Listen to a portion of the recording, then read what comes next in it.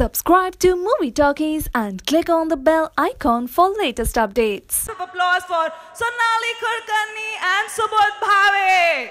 Come on, everyone.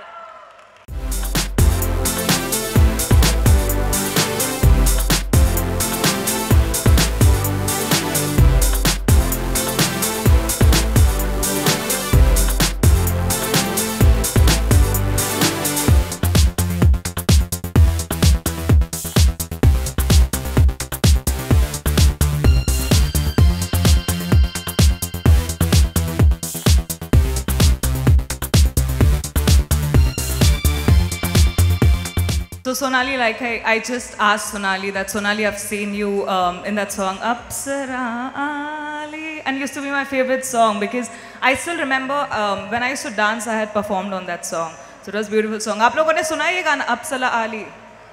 Yes. So Sonali, the gorgeous Sonali, I can actually see how gorgeous she is, and I love your eyes. Beautiful.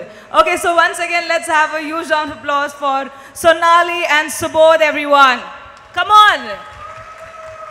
Okay, so Sonali, let me ask you, did you see the show? I don't think you must have seen the show right now. No, I haven't not. I was backstage, so I haven't. But Sonali, have you seen the collections that we have? Yes, I have, obviously. And basically, this is my second time that I'm launching the autumn-winter collection for Max. Last year also we did this. And this year, the collection is far much different and much beautiful and amazing. So yes, I've seen it and it's lovely, and I'm wearing one of them. So Wow. this is a batik collection. Wow. And it's very nice and vibrant, and I love it. I'm so sorry to cut you there. But do you have to say anything about the trendy outfits that you wear? Because I think nowadays people like dressing casual. Of course, I love what you're wearing, but what do you have to say about the chic look that we've got? Before I say this, काय मराठीत बोलू, हिंदीमध्ये बोलू, इंग्लिशमध्ये बोलू? कारण साधारण असं वाटतं की आम्ही फोनवरती वेगळंच संभाषण करतोय आणि इथे वेगळंच काहीतरी झालं आहे. तुम्हाला कळतंय आता? ऐकू येतोय आवाज? मराठी चालेल? किती लोकांना? एकदा जोरदार टाळ्या. म्हणजे इतक्या लोकांना मराठी कळतंय. हा जो मी ड्रेस घातला आहे हा मॅक्सचा स्पेशल कलेक्शन आहे असं मी म्हणेन अंजलीसाठी, जे मी कॅरेक्टर करते आणि तुला कळणार नाही या सिनेमातलं माझा असा लुक आहे. आणि त्यांचं नवीन जे कलेक्शन मुलांसाठी आलं आहे स्पेशल, तो म्हणजे हा पीस आर्मी. मला असं वाटतं राहुल, हा शर्ट जर आधी मिळाला असता पीस आर्मीचा, तर आपल्या लग्नात एवढे राडे झाले नसते. मला असं वाटतं की ज्या दोघांचा एकमेकांशी संबंध नाही आहे, आर्मी आणि पीस, किंवा आर्मी असल्यामुळे पीस, किंवा आधी पीस आणि मग आर्मी, किंवा आधी आर्मी मग पीस, तुला प्रॉब्लेम काय मला कळत नाही आयुष्यात की तू मला असे कपडे देतेस जे मला कधी सूट होत नाही. मी ऑफिसला जाणारा माणूस आहे. मी नॉर्मली ट्राउझर आणि चेक्सचा शर्ट किंवा अत्यंत फॉर्मल कपडे वापरतो. ही मला असं काहीतरी घेऊन येते. आणि सगळ्यात महत्त्वाचं काय की ही एंड ऑफ द डे आपण फायनली पाकिटात बघतो की आपल्याकडे पैसे किती आहेत आणि मग आपण शॉपिंग करतो, राईट. आणि सध्या GST पण त्याच्यावरती लागतो. तर मला असं वाटतं की इतके कॉस्टली कपडे घेण्याची तुला काही खरंच गरज आहे का? काय हे जे नवरे असतात ना, त्यांना एकतर शॉपिंगमधलं काहीही कळत नसतं. एक मिनिट, इथे अनेक नवरे आहेत. कोण कोण हात वरती करा. आणि कोणाला असं खरंच वाटतं की त्यांना शॉपिंगमधलं कळत नाही, त्यांनी हात वरती करा. तुम्ही सगळे खोटे बोलताय. कारण त्यांच्या बायका शेजारी उभ्या आहेत. खरं बोलायला गेलं तर फटके खाणार आहेत. हा, म्हणून सो खरं तर हे की नवऱ्यांना काहीही कळत नाही. आणि तसाच हा राहुल आहे, त्याला सुद्धा काहीही कळत नाही. हे जरी खूप फॅशनेबल आणि असं खूप ट्रेंडी दिसत असेल तरी ते खूप महाग नाही आहे, खूप अफोर्डेबल आहे. तुम्ही कधी रस्त्यावरनं सकाळी मॉर्निंग वॉकला गेलात? तुमच्याकडे कोणाकडे बघून असं वाटत नाही तुम्ही मॉर्निंग वॉक करत असाल. पण चला आपण मान्य करू की तुम्ही सकाळी मॉर्निंग वॉकला गेलाय. तर तुम्ही कधी मॉर्निंग वॉकला गेला असाल तर एखादा प्राणी पाळणारी माणसं असतात बघा, की खूप प्रेमाने प्राणी पाळतात. कोणी मांजर पाळतं, कोणी आपल्याकडे अजून घोडा किंवा हत्ती किंवा वाघ सिंह पाळायचे अजून कोणाकडे ऐपत नाही आहे, पण जनरली लोक मांजर किंवा कुत्रा पाळतात. तर त्यातल्या जर तुम्ही कधी बायका बघितल्या असतील ज्या स्पेशली आपल्या अत्यंत आवडत्या कुत्र्याला घेऊन सकाळी मॉर्निंग वॉकला जातात, त्यांना जे कपडे आवडतील ते त्या कुत्र्याला घालतात. बघितलं कधी?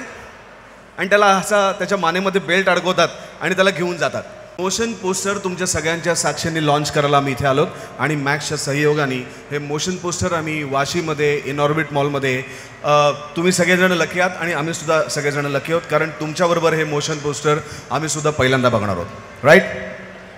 करूया चला मग प्लीज बोलवा.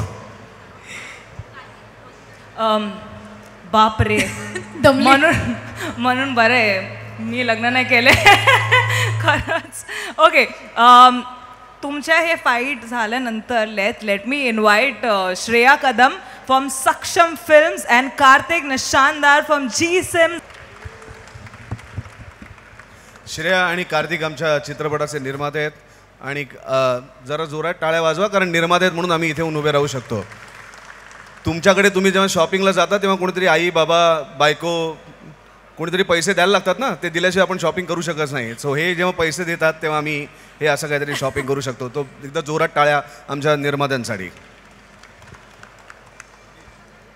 Thank you so much. तुम्ही काय बोलणार मूवीबद्दल? नमस्कार नवी मुंबई,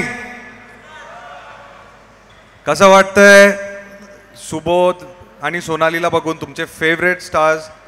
आमचा सिनेमा येतोय तुला कळणार नाही 8 सप्टेंबरला. प्लीज जाऊन पहा. आणि पुढच्या आठवड्यात आम्ही गाणं रिलीज करतोय, पोस्टर रिलीज करतोय सिनेमाचं. तुम्हाला खूप लवकर बघता येईल तुमच्या फेवरेट म्युझिक चॅनल्सवर. प्लीज पहा. Thank you so much. नमस्कार सगळे. तुम्ही बघितलंच असेल इकडे सुबोध आणि सोनालीला. किती क्यूट कपल आहेत ते, एकदम प्रेमळ नवरा बायको.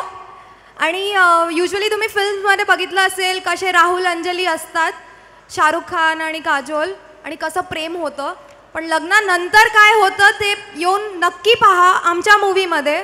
तुला कळणार नाही 8 सप्टेंबरला. आणि खूप खूप धन्यवाद की तुम्ही सगळे इकडे आलात. And thank you very much. And thanks max for being a clothing partner on a film. Thank you so much.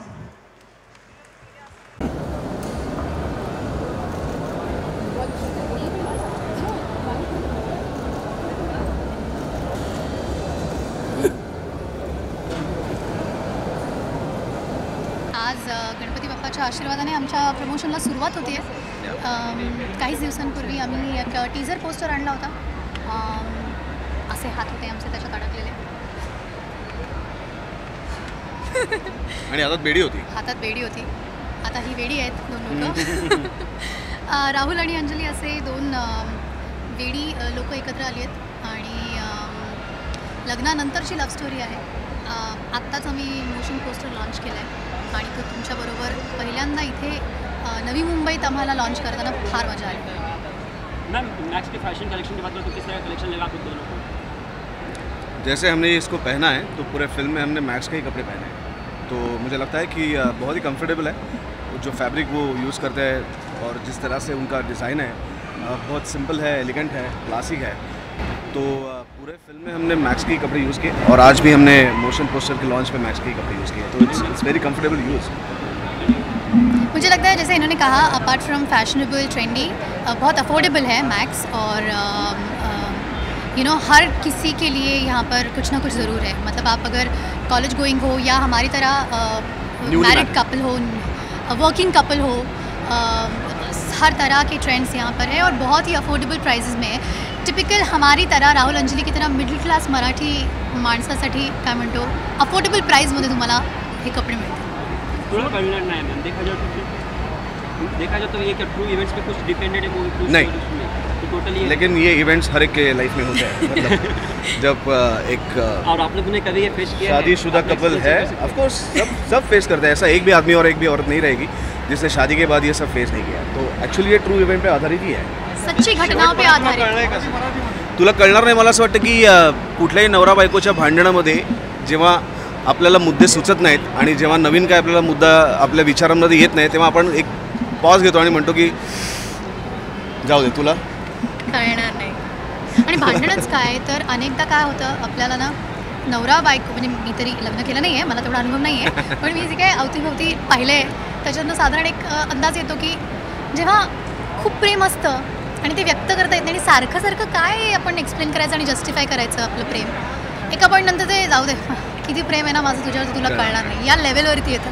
So तुला कळणार नाही ही खूप जेनेरिक आणि प्रत्येक हजबंड वाईफमध्ये कपलमध्ये वापरण्यात येणारी वापरात येणारी आणि दुसरं मला असं वाटतं की जेव्हा कुठल्याही दोन व्यक्तींमधला संवाद कमी व्हायला लागतो, जेव्हा आपण दुसऱ्या व्यक्तीला समजून घेऊ शकत नाही किंवा त्याला समजून सांगू शकत नाही, तेव्हा तुला कळणार नाही हा आपला एक परवलीचं वाक्य असतं की जे आपण सातत्याने वापरतो कुठल्याही नाहीच्यामध्ये. जाऊ दे तुला कळणार नाही म्हणजे जिथे आपला संवाद कमी पडतो, जिथे आपण समजून घ्यायला कमी पडतो, समजवायला कमी पडतो, तिथे तुला कळणार नाही म्हणून आपण वेळ मारायला लागतो. आणि मला असं वाटतं की कुठल्याही रिलेशनमधल्या प्रॉब्लेमची सुरुवात इथं होत असते. मॅम इसके बाद म्युझिकला काही स्कोप आहे का चित्रपटात? कशाला स्कोप आहे का?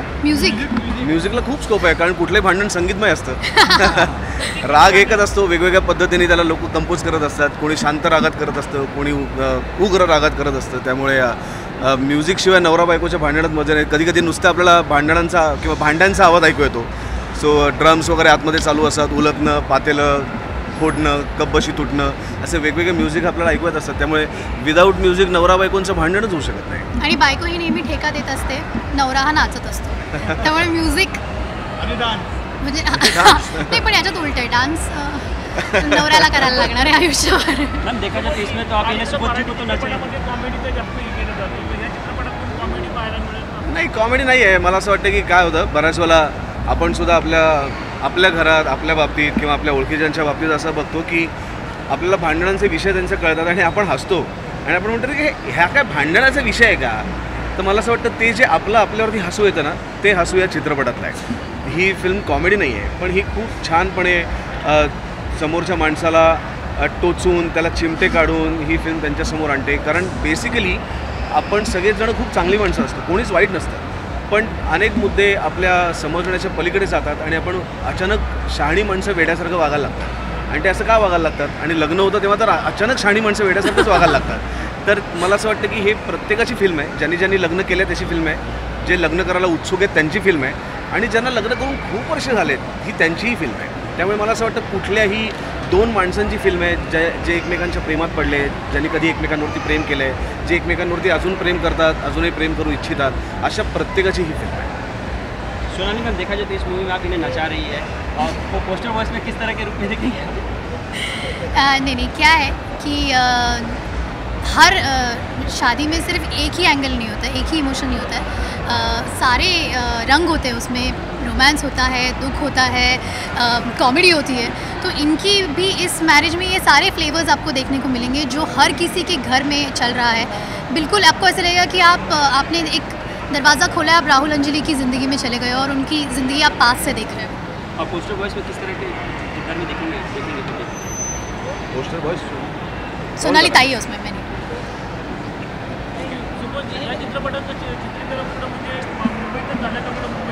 नाही, मुंबईतही झालं आहे आणि संपूर्ण पश्चिम महाराष्ट्र, लोणावळ्यापासून पन्हाळा, कोल्हापूर, आंबोली, गोवा, खेड, चिपळूण, दापोली इतक्या ठिकाणी. ते नागपूर 3 गाणी. पहिलं गाणं आता पुढच्या आठवड्यात येईल. असं हळूहळू करून आपण गाणीसुद्धा ऐकू. पण तुमच्या सगळ्यांच्या माध्यमातून हा चित्रपट लोकांसमोर तुम्ही पोहोचवावा अशी तुम्हाला विनंती. आणि मला खात्री आहे की 8 सप्टेंबर हा दिवस तुम्ही सगळ्यांनी राखून ठेवला असेल.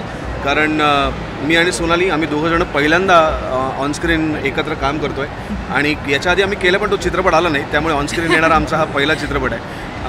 दुसरी गोष्ट, अतिशय वेगळ्या पद्धतीच्या या सिनेमामध्ये आम्ही बघायला मिळणार जो सिनेमा तुम्हाला हसवेल, विचार करायला लावेल, प्रसंगी चिमटे काढेल, प्रसंगी स्वतःचा एक वेगळा चेहरा तुमच्यासमोर आणेल. आणि मला खात्री आहे की 2 क्षण आनंदाने घालवण्यासाठी 8 सप्टेंबरला तुला कळणार नाही या चित्रपटाशिवाय तुम्हाला पर्याय नाही. त्यामुळे तो आशीर्वाद आणि तुमचं प्रेम घेऊन तुम्ही पुन्हा एकदा थिएटरमध्ये याल आणि आमचा हा सिनेमा बघाल. Thank you so much. थँक्यू.